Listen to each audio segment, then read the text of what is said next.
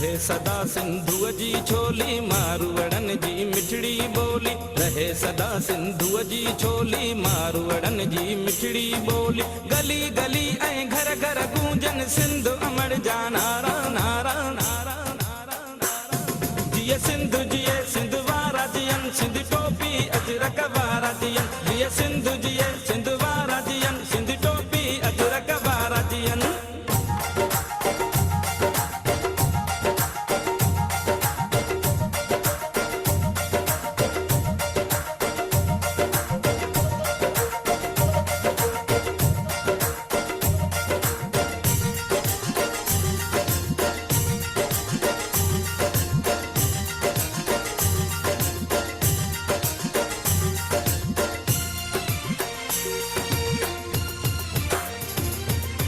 गाह पुटन ऐं पेरूं पचन मोला करे वरी हेल वसन।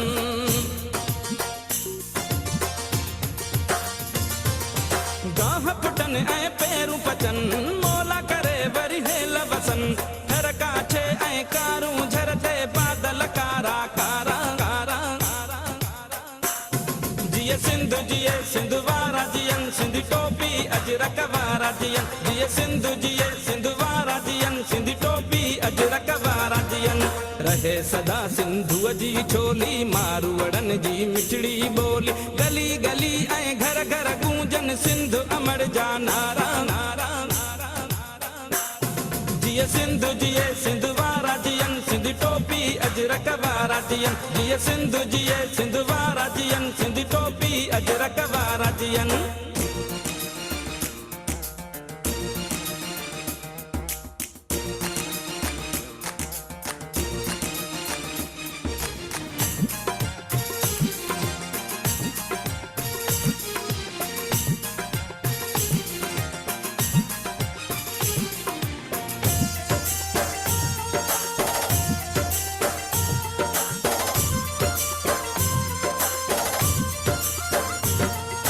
सिंधड़ी माला माल हुजे हर माण्हू हित खुशहाल हुजे।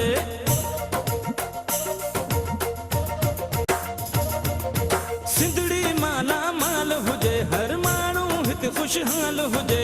खुशियुनि मां प्यारा दियूं रहन ही नंढड़ा ॿार प्यारा।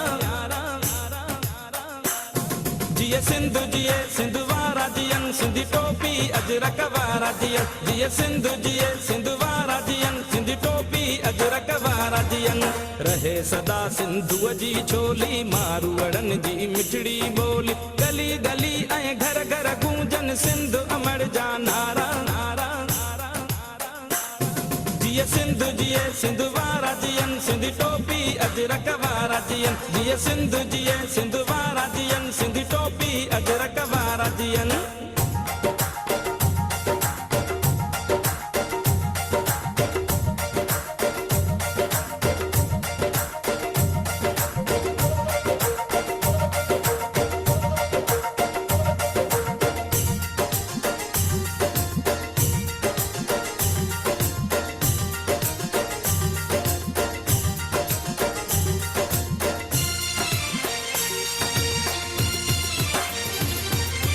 मौजुन में मेहरान हुजे सावक ऐं सुरहान हुजे।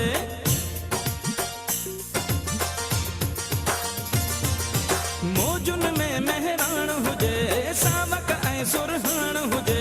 झुमट ते पिया झुमरियूं हणन ही सांगी ज़मा चए सारा सारा सारा सारा। जिए सिंधु जिए सिंध वारा जियन सिंध टोपी अजरक वारा जियन। जिए सिंधु जिए सिंध वारा जियन सिंध टोपी अजरक वारा जियन। रहे सदा सिंधुअ जी छोली मारवड़न जी मिठड़ी बोली। गली गली ऐं घर घर गूंजन सिंध अमर जा नारा नारा नारा नारा। जिए सिंधु जिए सिंध वारा जियन सिंध टोपी अजरक वारा जियन। जिए सिंधु जिए सिंध वारा जियन सिंध टोपी अजरक वारा जियन। रहे सदा सिंधुअ जी छोली मारवड़न जी मिठड़ी बोली। गली गली ऐं घर घर गूंजन सिंध अमर जा नारा नारा नारा नारा। जिए सिंधु जिए सिंध वारा जियन सिंध टोपी अजरक वारा जियन। जिए सिंधु जिए सिंध वारा जियन सिंध टोपी अजरक वारा जियन। जिए सिंधु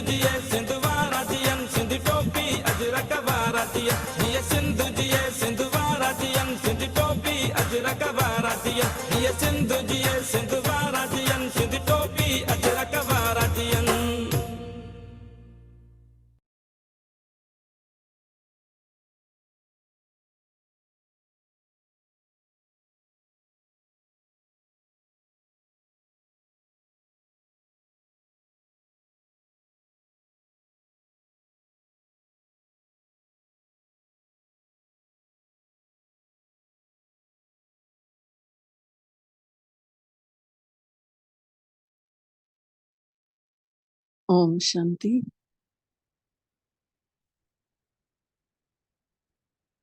एक सेकंड लाइ पंहिंजो पाण खे आत्मा स्वरूप में निहारियूं, मन सां सोचूं, मां हिन संसार में छा करण आई आहियां। मां आत्मा परम पिता परमात्मा जी सच्ची सच्ची ॿार आहियां। महसूस कयूं निरड़ ते वेठल मां चमकीले सितारे वांगुरु चमकां थी पई। अखियुनि सां ॾिसां थी, कननि सां ॿुधां थी, मुंहं सां ॻाल्हायां थी। मां आत्मा चैतन्य शक्ति आहियां। मां आत्मा हिन देह खे हलाइण वारी, हिन शरीर खे हलाइण वारी सत्ता आहियां। महसूस कयूं हे शरीर जूं इंद्रियनि खे कंट्रोल करण वारी मां आत्मा आहियां। मां आत्मा हुन परम पिता परमात्मा निराकार ज्योति स्वरूप खे अंदर ई अंदर याद थी कयां।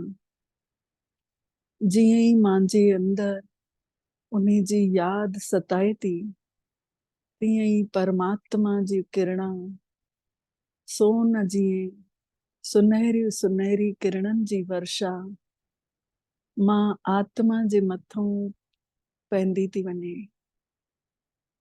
मां आत्मा परम पिता परमात्मा जी शक्तियुनि सां, उन्हीं जे गुणनि सां पंहिंजो पाण खे भिॼंदे महसूस थी कयां। परमात्मा जी किरणनि में सनानु थी कयां। मां आत्मा शक्तिशाली अवस्था में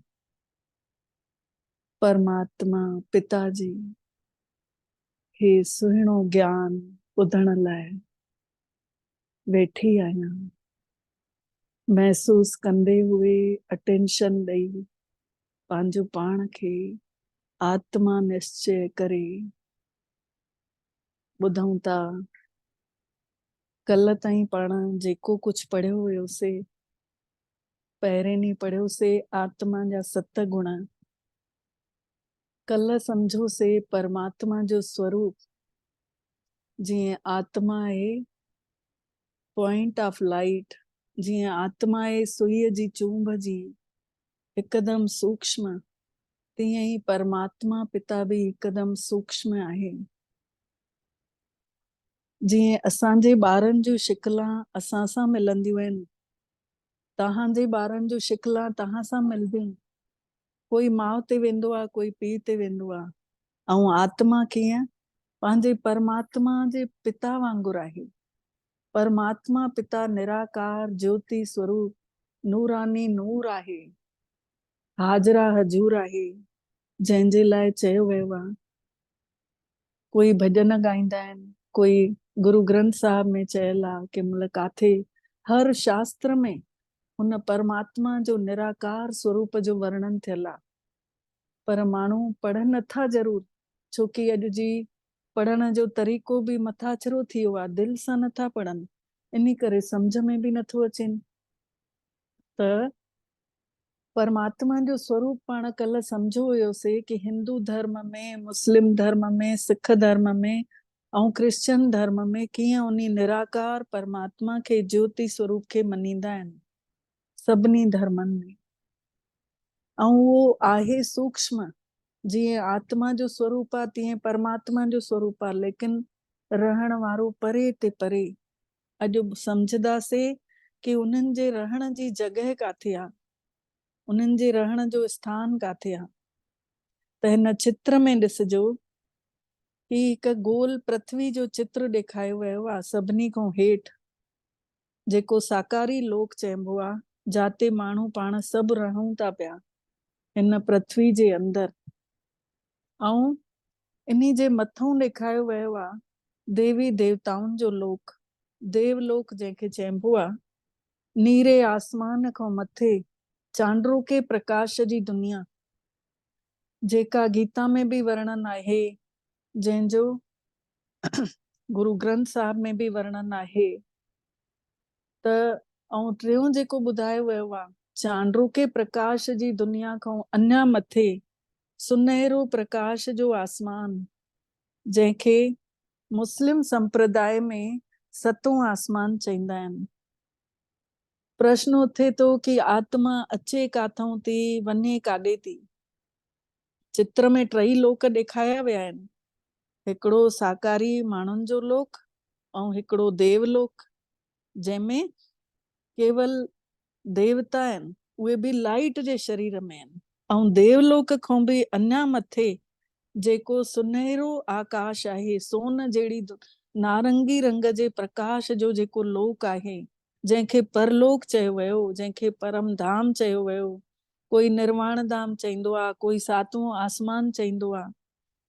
त जीअं माण्हुनि जो पिता माण्हू, कुते जो पिता कुत्ता, आत्मा जो पिता परमात्मा, त उहो बि सूक्ष्म प्रकाशवान। परलोक जा अलॻि अलॻि नाला ॾिनल आहिनि हर धर्म शास्त्र में। इन खे जाते परम धाम ॾेखारियो वियो आहे, टियों आसमान, उते सभु आत्माऊं रहनि थियूं, सभिनी खां मथे परम पिता रहनि था। सभिनी खां मथों जो ॾिसो उन चित्र में परमात्मा पिता सभिनी खां मथों, जंहिंखे सचखंड कोई चईंदो आहे, कोई निर्वाण धाम तो चए, कोई वाणी खां परे तो चए, कोई सतों आसमान तो चए। मतलब पंजनि तत्वनि जी दुनिया खां परे छहों जेको आहे सूक्ष्म लोक आहे, जंहिंमें चांड्रोके प्रकाश जी दुनिया, जेको देवलोक चयो वियो आहे, ऐं सतों लोक चयो वियो आहे इहो परम धाम। पंजनि तत्वनि खां अलॻि हुजण जे करे हिन जो नालो ब्रह्म महातत्व चयो वियो। महातत्व त जेको विशाल आहे, पर सभु ॼणा हर धर्म वारा उन्ही खे अलॻि अलॻि नाले सां उन्ही घर ॾे ई इशारो कंदा आहिनि कि असां सभु उतां आया आहियूं, हिन धरती ते अची करे पंहिंजो पार्ट वॼाइण आया आहियूं। केतिरा माण्हू चाहींदा आहिनि कि असांखे हमेशह लाइ मोक्ष मिली वञे, लेकिन छा सचमुच पाण खे मोक्ष मिली सघंदो आहे? सोचण वारी ॻाल्हि आहे। जीअं ॿार जेको आहे माउ जे गर्भ में हूंदो आहे जंहिंमहिल, त परमात्मा सां विनती कंदो आहे कि हे भॻवान, मूंखे हिन यातना खां कढ, हिन कष्टनि खां कढ, अॻिना खां मां काई ग़लती न कंदुमि। पर जंहिंमहिल जनम वठी वठंदो आहे, पोइ पंहिंजो वाइदो भुलिजी वेंदो आहे।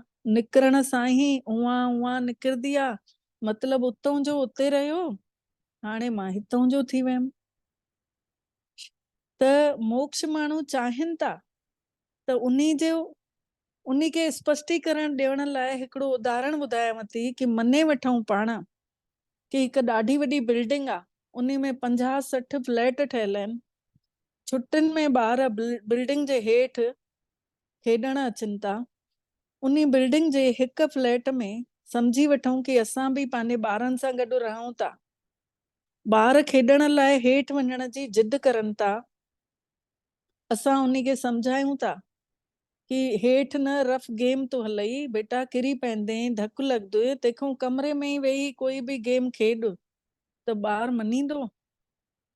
छोकी उहो ॾिसे थो कि हेठि खेल हले थो, ॿार ॿिया खेॾनि था, त उहो बि जिद करे ऐं चए थो कि न, मूंखे त वञिणो ई आहे हेठि। माउ पीउ केतिरो सम्झाए थो, लेकिन उन जे बाद बि ॿार हेठि न वञे ई वञे थो। उन खे एॾो सम्झाइण जे बाद बि कि धिको ईंदुइ या चीटिंग थींदे, पोइ तूं रोईंदे, लेकिन ॿार न खेॾण में लाइ जिद थो करे, पोइ आख़िर माउ पीउ मोकिले थो। पोइ ॿार खेॾंदे खेॾंदे एॾो रमजी थो वञे, मशगूल थो थी वञे कि शाम थी वञे, रोटी जी गिराई नथो खाइण अचे, बुख उन खे खेॾण में भुलिजी थी वञे। ऐं शाम थिए थी काथ थकिजी थो पए, कंहिं धिको ॾिनो, ॿारु रोअण थो लॻे, रोअण जी आवाज़ ॿुधी ॿारु जेको आहे रोए थो पियो, उन जी आवाज़ ॿुधी उन जा माउ पीउ कंहिंखे हेठि मोकिलीनि था, ॿारु नथो अचे, वरी वञे थी माउ या पीउ कोई बि वञे थो, ॿार खे वञी वठी थो अचे, उन खे साफ़ सुथरो करे थो, उन खे खाराए पीआरे थो, पोइ वरी उन खे सुम्हारे थो छॾे, ॿिए ॾींहं ते उथंदो ॿारु त केतिरो बि रोकींदासीं उहो मञींदो? चईंदासीं न वञो हेठि खेॾण, उहो त ज़रूरु वेंदो, छोकी उन खे उन खेल में मज़ो अची वियो। त जीअं जीअं समय बीतंदो वियो, सॼो ॾींहुं बीतजी वियो, चीटिंग वधी वई, उन खे कंहिं केरियो, चोट लॻी हुयसि, लेकिन उन खां पोइ बि उहो नथो ॿुधे। इहा ई शइ भॻवान ने चई ते, हर धर्म शास्त्र में चई ते, जीअं गीता जो महावाक्य, मुंहिंजी गीता पढ़ियल आहे, उन में चयो ते, यदा यदा ये धर्मस्य ग्लानिर्भवतु भारत, जॾहिं जॾहिं भारत में धर्म जी ग्लानी थिए थी, पहिरियों भारत ऐं पाकिस्तान ॿई मिलियल हुया, हिकु ई देश हुयो, इन करे उन खे भारत ई चयो वियो आहे शास्त्रनि में। त जॾहिं जॾहिं भारत में धर्म जी ग्लानी थिए थी, तॾहिं तॾहिं मां अवतरित थींदो आहियां।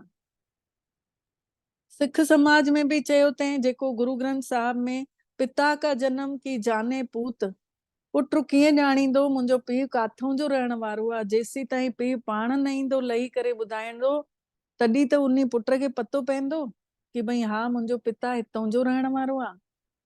हिंदू धर्म में चयो तंहिं शास्त्रनि में, स्वयंभू, जंहिंखे स्वयंभू चईंदे चईंदे शंभू शंभू करण लॻा, स्वयंभू चईंदे चईंदे उहो स्वयं पाण इन धरती ते अवतरित थियो आहे, परमात्मा पिता निराकार। ऐं मुस्लिम संप्रदाय में चयो वियो आहे, खुद आ, खुदा, मतलब खुद अचे थो, अची करे पंहिंजो परिचय पाण ॾे थो, ऐं उन खां पोइ ॿारनि खे पतो पए थो कि परमधाम हे आहे, हे सूक्ष्म वतन आहे, हे साकार मनुष्य लोक आहे, न त असांखे कहिड़ो पतो पए।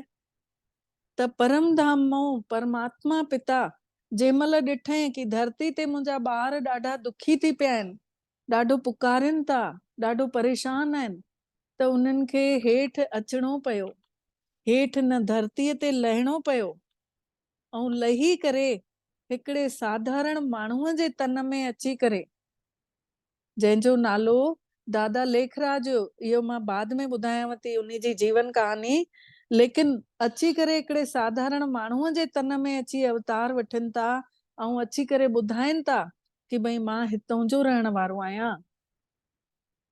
त ॿार उन ॻाल्हि खे सम्झी करे, जंहिंखे अनुभव थियो उहो उन जी ॻाल्हि मञियो, जंहिंजी भावना हूंदी त उन भावना खे सुञाते ऐं परमात्मा जी ॻाल्हि मञे, ऐं उन खां पोइ उन खे उहो अहसासु थींदो रहियो।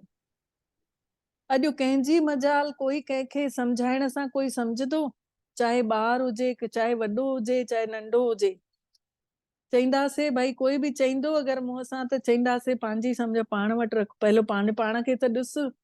लेकिन हे भॻवान जो कमु आहे न, हे परमात्मा जो कमु हले थो न, त इन करे परमात्मा काथों काथों वेठल ॿारनि खे अनुभव थो कराए कि भई तव्हां हिन ॻाल्हि खे तव्हां अनुभव करे ॾिसो, जेसीं ताईं पाण टेस्ट न वठंदासीं, रस न चखींदासीं, नीबूअ जो खटास पाण महसूस कयो तसे, अॼु नीबू चऊं था ऐं मुंहं में खटास, जीअं इमली चओ मुंहं में, उहा अनुभव थिए थो कि इन जो स्वादु ईअं हूंदो आहे। त ईअं ई जेसि ताईं पाण उन जो रस न अनुभव कंदासीं, तेसीं ताईं कीअं पतो पवंदो। त हे टई लोक जेके ॾेखारिया विया आहिनि, त हेठि आहे साकार मनुष्य सृष्टि लोक, जंहिंमें पाण अॼु खेल खेॾूं था हिन धरतीअ ते, ऐं इन जे मथां आहे देवलोक, जंहिंमें देवी देवताऊं वेठल ॾेखारिया विया आहिनि। पाण जेका बि पूजा पाठ कयूं था, उहा पूजा पाठ असांजो एसी ताईं पहुचे थो, देवी देवताउनि जे लोक ताईं। ऐं उन खां मथे टियों जेको आसमान आहे, परमधाम जंहिंखे चयो वियो आहे, जंहिंखे सतों आसमान चयो वियो आहे, उहो टियों आसमान, उतो असां ॿार शक्ति भरे ऐं हेठि अचूं था, हिन महिल पाण खे पतो आहे की भई हे परमधाम आहे, हे परमात्मा आहे। इन्ही परमात्मा जे हेठि जेके आहिनि इहो आत्माऊं वेठल आहिनि। अञा ताईं परमधाम ख़ाली न थियो आहे, उतां आत्माऊं ईंदियूं थी वञनि, पंहिंजो पंहिंजो पार्ट प्ले करनि थियूं हिन धरती ते अची करे। त इहे थिया टे लोक। हाणे इन्हनि टिनिनि लोकनि में पाण अॼु मेडिटेशन बि कंदासीं, पर इन्ही खां पहले इहा ॻाल्हि ॿुधायांव कि भई उहो ब्रह्मा जे तन में कीअं अचे थो पियो। पहिरियों त ब्रह्मा बाबा जी जीवन कहानी। ब्रह्मा बाबा जे ही शरीर में, दादा लेखराज जे ही शरीर में छो थो अचे? उन्ही जी भावना हुई, उन्ही ने 12 गुरु कयलस। दादा लेखराज जो जन्म जेको आहे हैदराबाद सिंध में 15 दिसंबर 1876 में थियो हिन। उन्हनि जो पिता प्रिंसिपल हुया, स्कूल जा मेन हुया। दादा लेखराज जेके हुया उन्हनि खे हीरे जवाहरातनि जी ॾाढी सुठी परख हूंदी आहिनि ऐं उन्हनि जो भक्ति में ॾाढा नियम बि पक्का हूंदा हुयनि। उन्हनि जी जेका दोस्ती हुई राज परिवारनि सां हुई, छोकी सोन ऐं हीरनि जो कमु हुयो, त राज परिवारनि सां उन्हनि जी घनिष्ठता हुई, पर उन्हनि धार्मिक नियमनि खे कॾहिं न छॾियऊं। उन्हनि जी भावना जेका हुई धर्म जे प्रति ॾाढी हुई। उन्हनि 12 गुरु कयल हुयनि। हर महीने उन्हनि जे घर सत्संग थींदो हुयो ऐं कंहिं बि गुरुअ खे नाराज़ न कयऊं। अॼु कोई बि हिकु गुरु करे थो त ॿिए गुरुअ जे के करण महिल लॻंदो आहे माण्हू खे संशय ईंदो आहे कि काथे उहो नाराज़ न थी वञे। वरी ॿियो गुरु करण जे बाद बि उन खे काई उन में कमी नज़र आई, वरी टियों गुरु कयऊं। ईअं कंदे कंदे 12 गुरु कयऊं। 12 गुरु करण खां पोइ बि उन्हनि जी अंदरों जी जेका हुई तृप्ति न थी, शांत मन न थियो। उन्हनि खे लॻेनि पियो कोई ॿियो आहे जेका शक्ति इन्हनि गुरुनि खे बि हलाए थी पई। उन्हनि जे घर में हर महीने जीअं सत्संग थींदो हुयो, त हिकु भेरो जीअं सत्संग हले पियो उन्हनि जे घर, त उन्हनि जी वाइफ ने ऐं उन्हनि ने ॾिठऊं, उन जी नुंहं ने, सभु अड़ोसी पड़ोसी आयल हुयनि, त दादा न उतां सत्संग जे विच मां उथी करे पंहिंजे घर में ई मथे चढ़ी विया।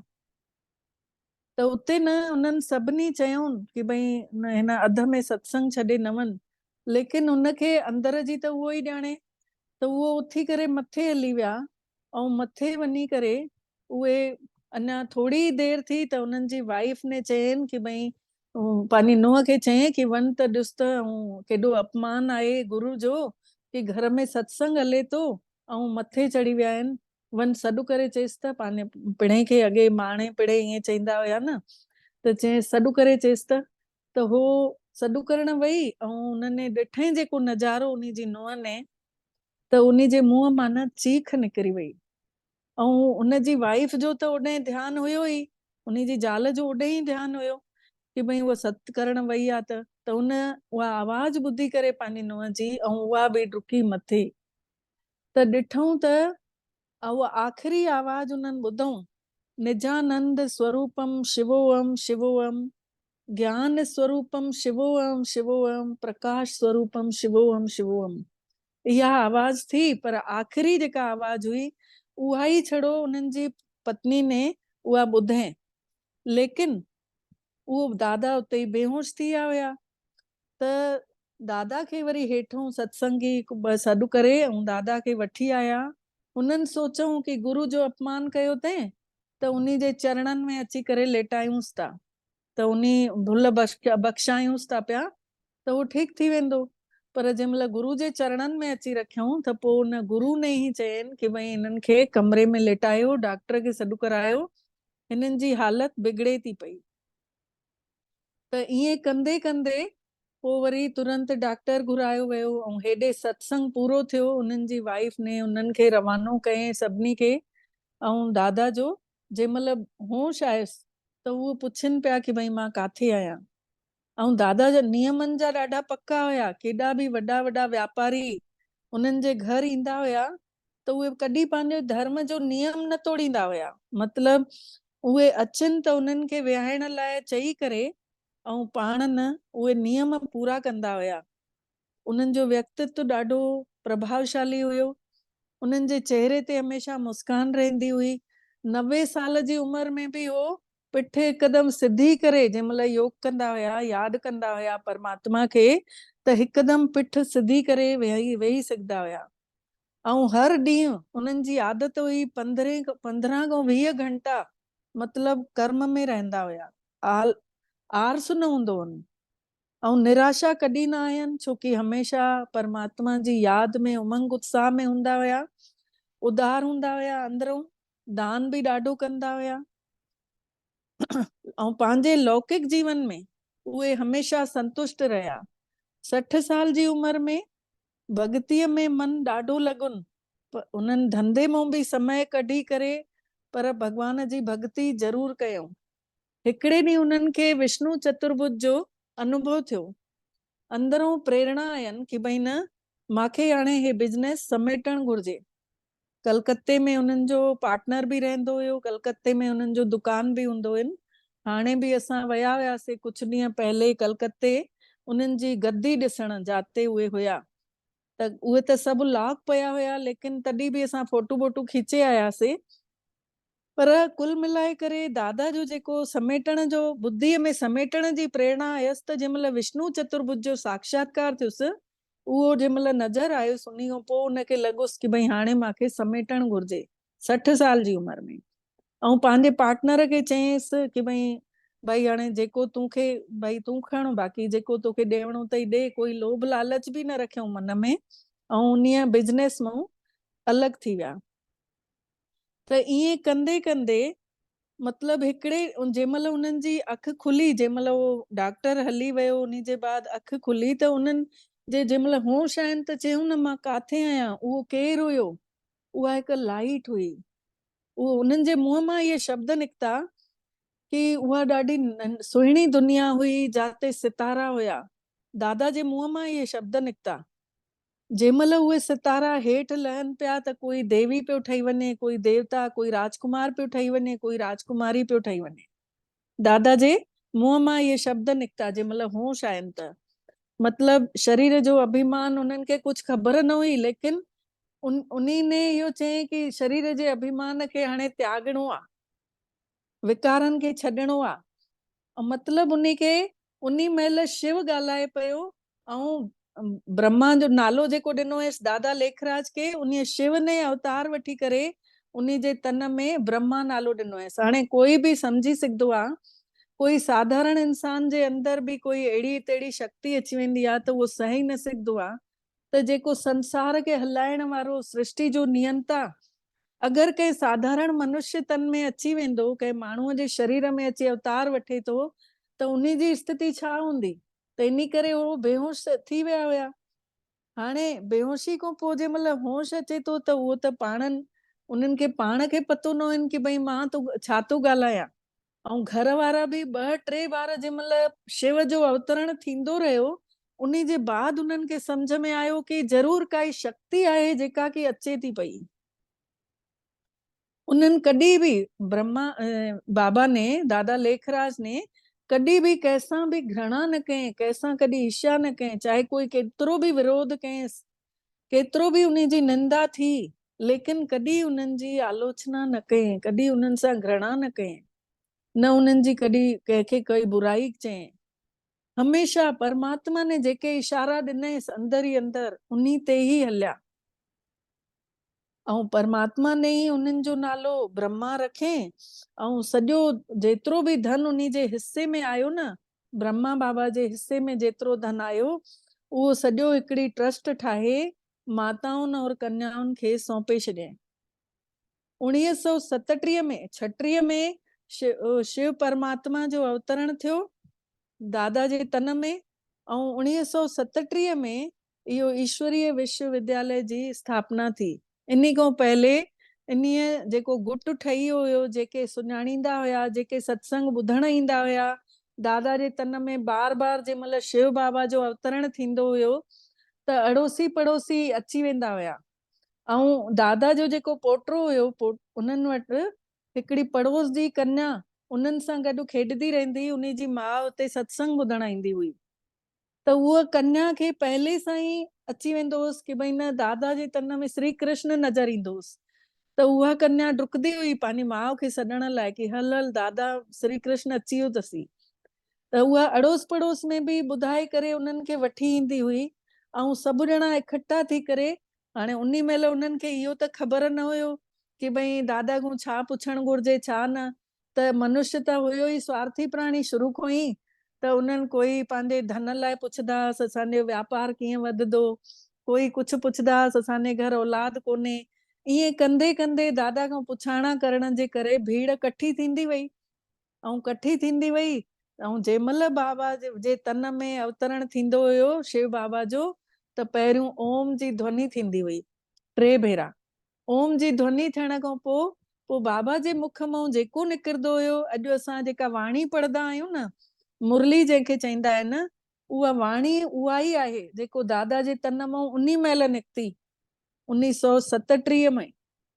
त सोचो केतिरा साल पुराणी वाणी, ऐं अॼु जी डेट में जेको बि ॿुधे थो उहो उन वाणीअ जो दीवानो थो थी वञे, छोकी उन वाणीअ में ताक़त थी मिले पई।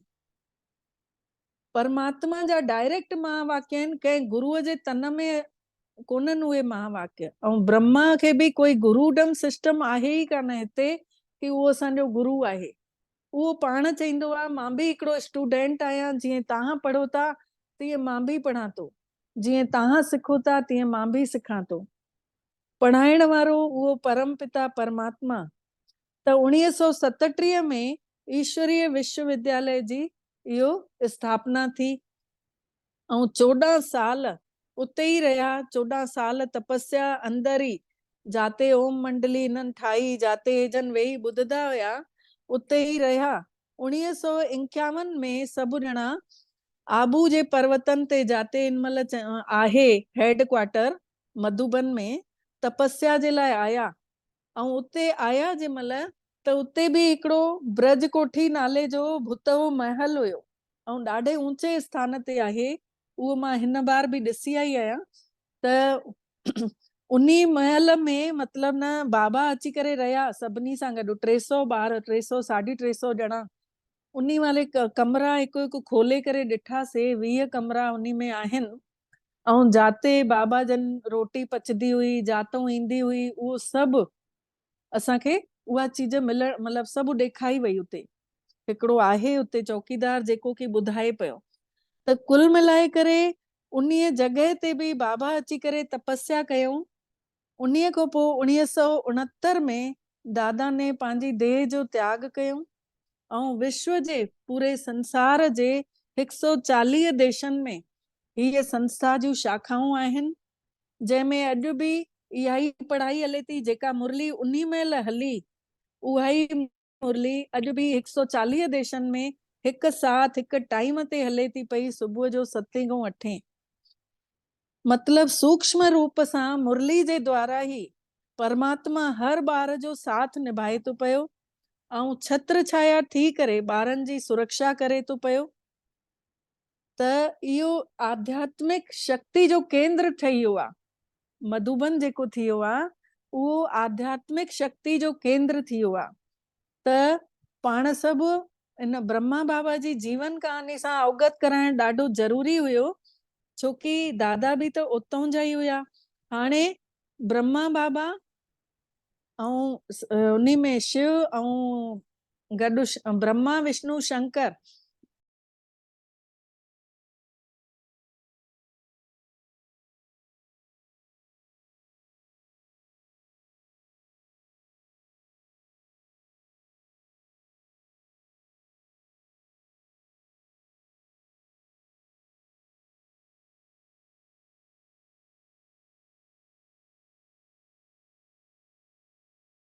गायो त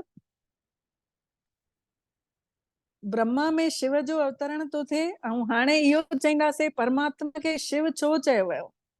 शिव माने थींदो आहे कल्याणकारी, मतलब सभिनि जो भलो करण वारो, है न। ऐं शिव चयो वियो आहे सदा शिव चईंदा आहिनि, सदा शंकर न चईंदा आहिनि न, सदा शिव। त सदा शिव सभिनी जो भलो करण वारो, सभिनी खे कल्याण करण वारो। कंचन भेण फोटो लगाए ब्रह्मा विष्णु शंकर जो। जी दीदी, हाँ दीदी।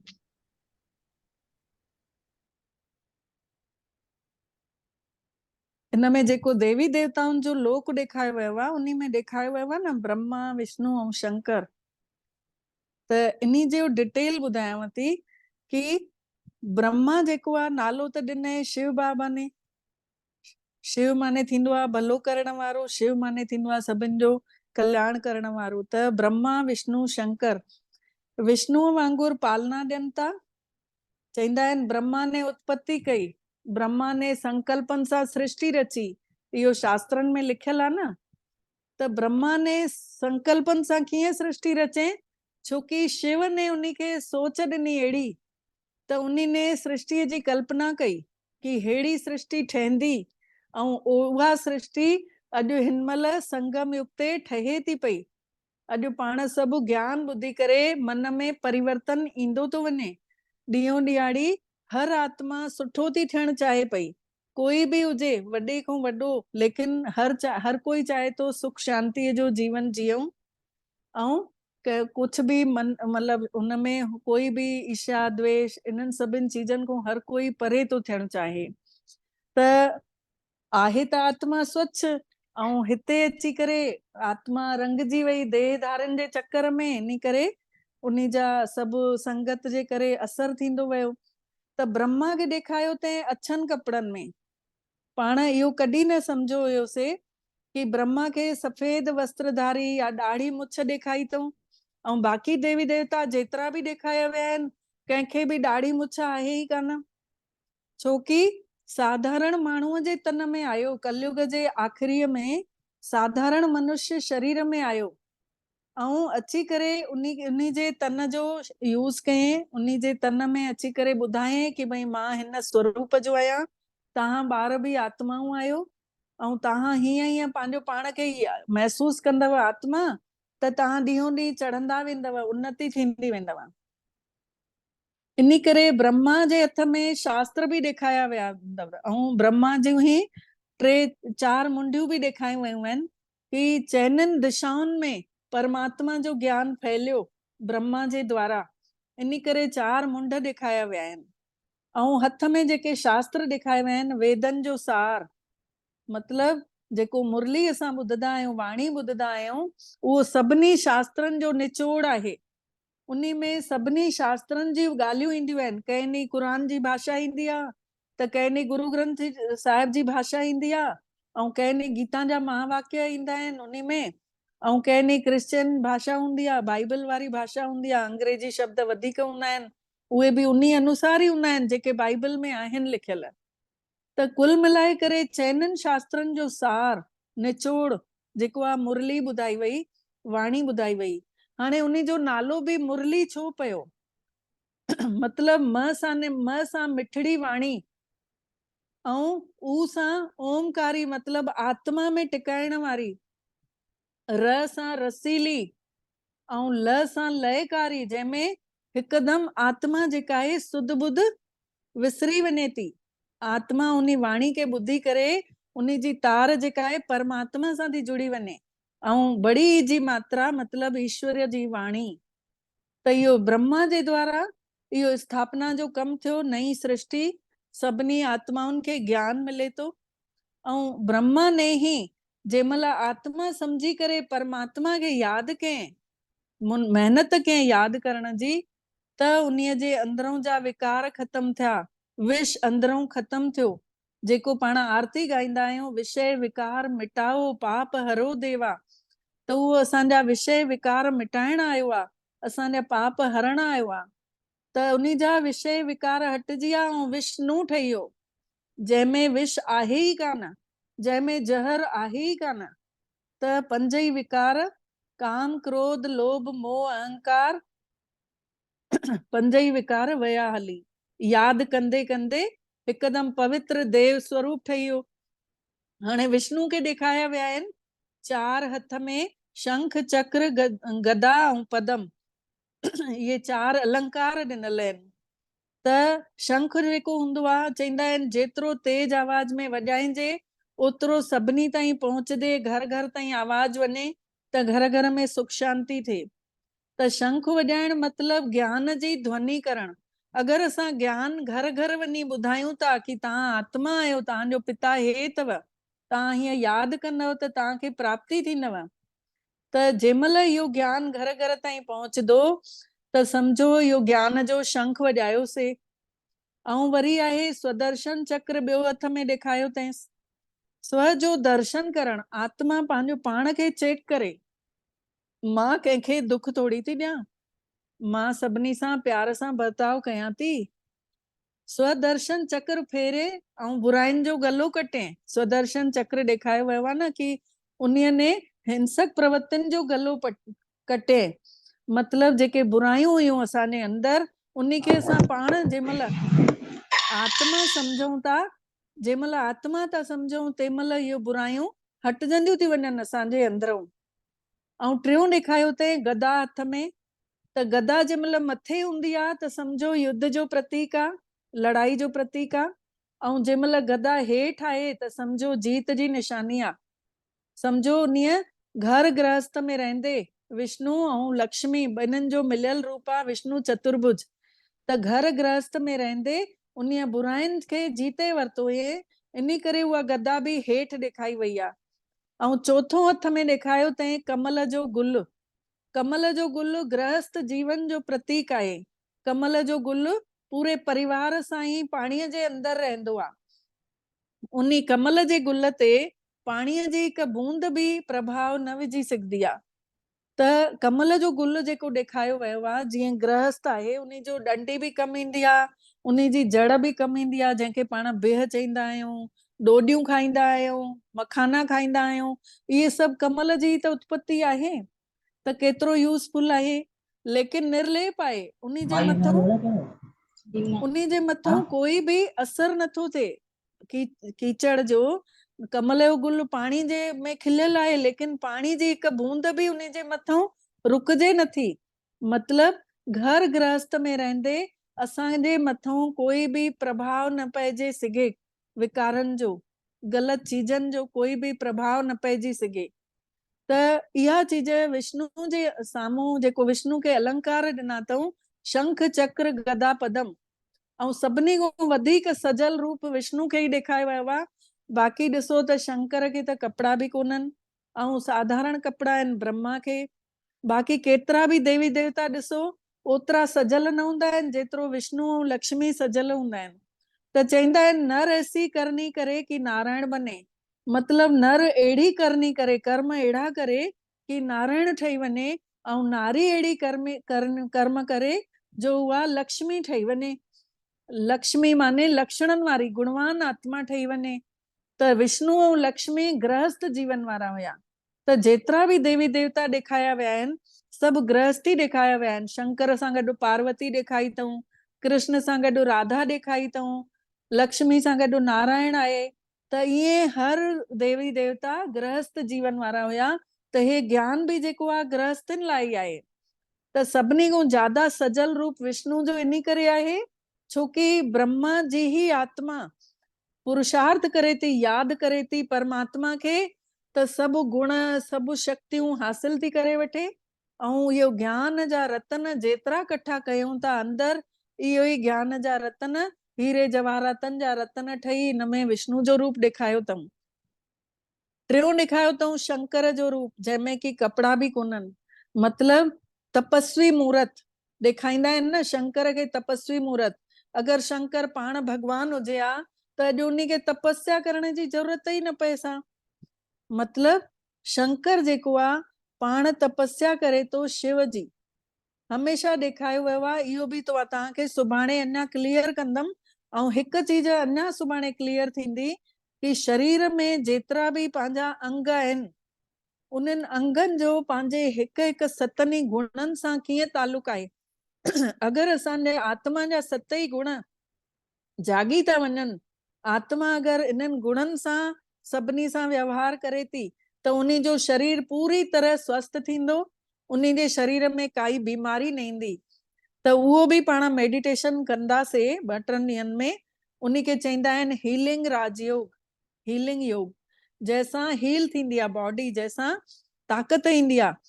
त हे शंकर जो ॾेखारियो वियो आहे तपस्वी स्वरूप, मतलब शंकर जीअं असां तपस्या कयूं ऐं जेका ॾेखारी अथऊं टी अख खुले थी, मतलब आत्मा जो टी अख मिली आहे हाणे पाण खे, ज्ञान जी अख खुली आहे। त ज्ञान जी अख खुली आहे त हाणे सम्झ में अचे थो कि जेतिरो आत्मा सम्झंदासीं ओतिरो असांजी तपस्या वधंदी वेंदी ऐं परमात्मा जी शक्ति असांजे अंदर ईंदी वेंदी। त हाणे पाण 15 मिंट मेडिटेशन कंदासीं। ऐं इन खां पहले मां तव्हां खां पुछणु चाहींदमि कि अगरि काथे डाउट हुजेव, कंहिंखे काई ॻाल्हि न सम्झ में आई हुजे त प्लीज़ तव्हां पुछी सघंदा आहियो ऐं तव्हांजो डाउट क्लियर कयो वेंदो।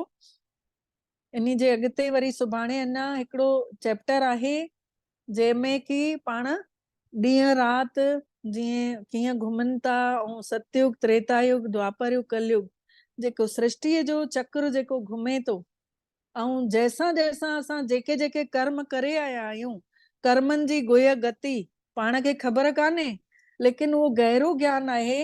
इहा गति खे सम्झी वठंदासीं त अॻियां असां सां अहिड़ा कोई बुरा कर्म ई न थींदा। त इहो चैप्टर पाण सुभाणे सम्झंदासीं ऐं शरीर जे अंगनि खे बि कीअं उहो चार्ज कयूं उहे बि सम्झंदासीं सुभाणे। त पहले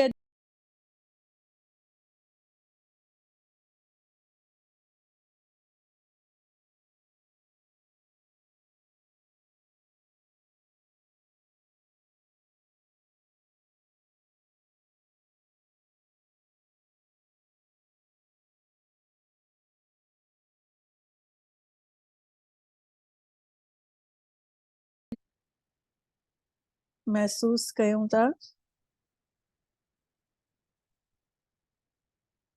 मां चैतन्य शक्ति आत्मा। चित्र खे ॾिसो, असां हिन धरतीअ जे अंदर वेठल आहियूं ऐं हिन शरीर जे बि अंदर आहियूं। धीरे धीरे मां आत्मा पंहिंजो पाण खे निहारियां थी। महसूस कयूं शांत स्वरूप मां आत्मा प्रेम स्वरूप आहियां। शांतिअ जे सागर परम पिता परमात्मा जी ॿार आहियां। अनुभव कयूं शांतिअ जो सागर, गुणनि जो सागर मुंहिंजो मिठड़ो बाबा आहे। ॾाढे प्यार सां परमात्मा पिता खे बाबा चईंदासीं, मुंहिंजो आहे। महसूस कयूं विशेष पार्ट वॼाइण लाइ मां आत्मा हिन संसार में आई आहियां।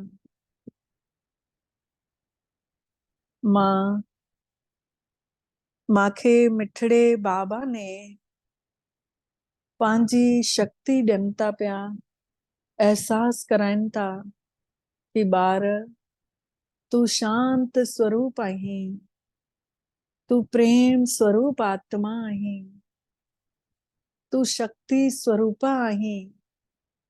महसूस कयूं मां आत्मा प्रेम स्वरूप, शक्ति स्वरूप, शांत स्वरूप आहियां।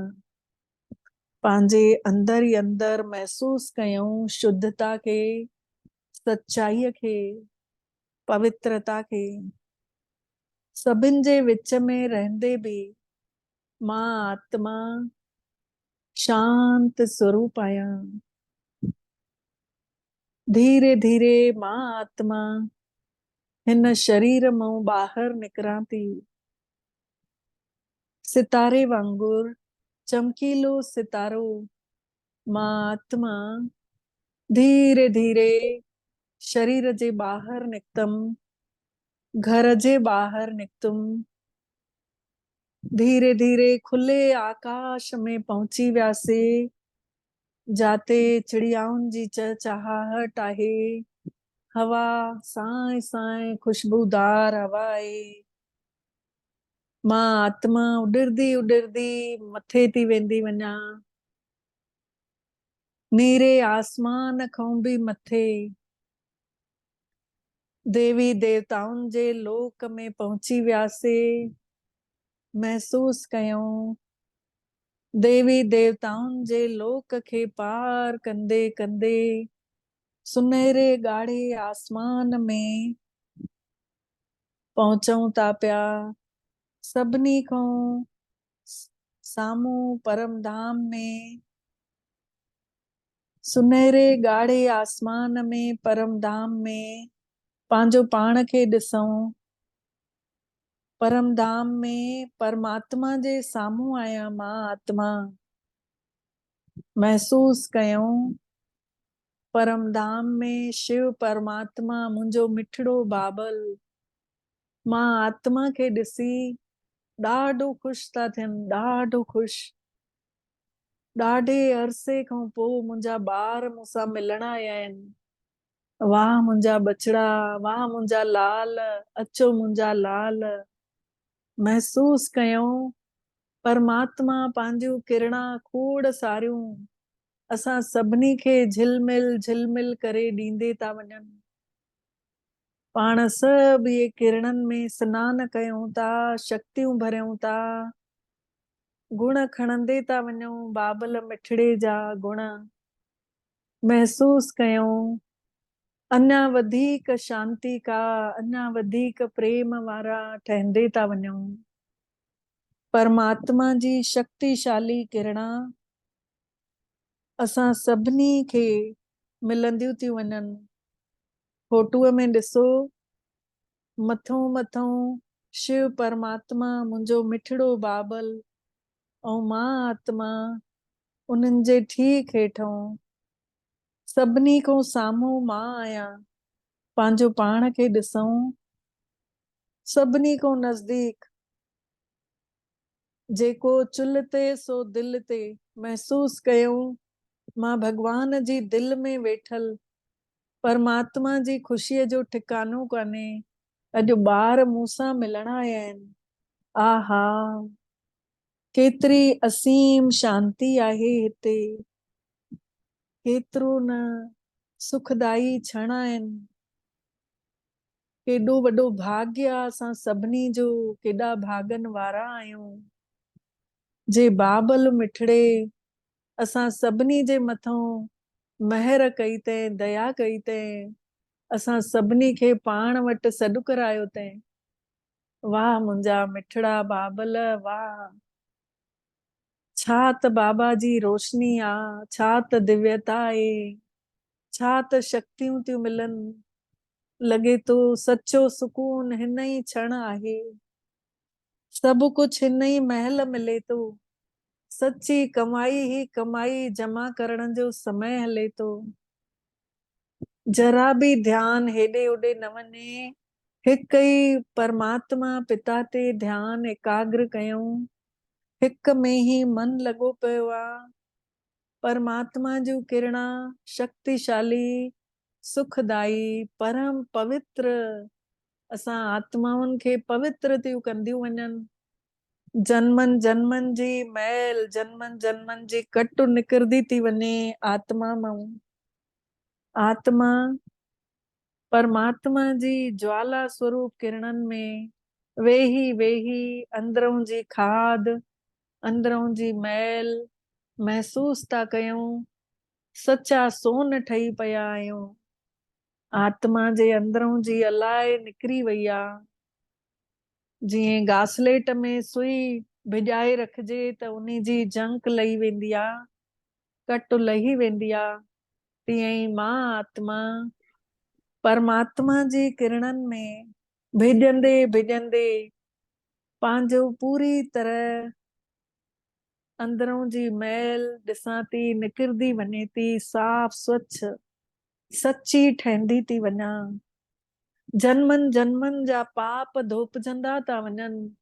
अलाए कहिड़े जन्मनि जा कर्म कयल मां आत्मा खे कंहिं न कंहिं जन्म में भोगणा पिया आहिनि।